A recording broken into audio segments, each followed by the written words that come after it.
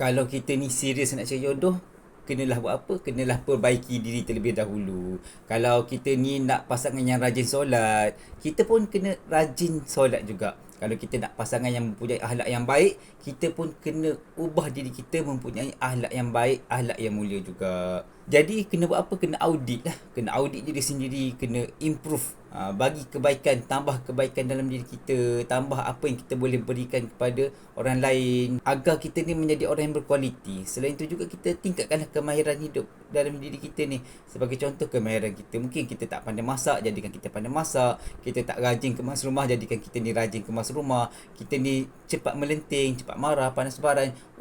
Ubah sikap tu, jadi orang yang lebih tenang, kemudian jadi orang yang jujur, ikhlas dan juga beriman dan juga bertakwa. InsyaAllah apabila kita ni mempunyai aura diri yang baik, Allah akan dekatkan kita dengan calon yang baik juga. Bila semua dah perbaiki, bila banyak perkara dah diperbaiki, tambah baik dalam diri kita, insya-Allah kita lebih yakin dengan diri sendiri dan juga orang akan nampak kita sebagai seorang yang meyakinkan. Jadi mudahlah untuk kita menarik orang lain, menarik orang baik-baik datang kepada kita. InsyaAllah semoga urusan anda untuk mencari jodoh dipermudahkan. Kalau belum tahu lagi, tak tahu nak cari kat mana, circle pun kecil, jom join Tirjana.my, tempat orang single berkumpul. Jom ke sana sekarang, okey?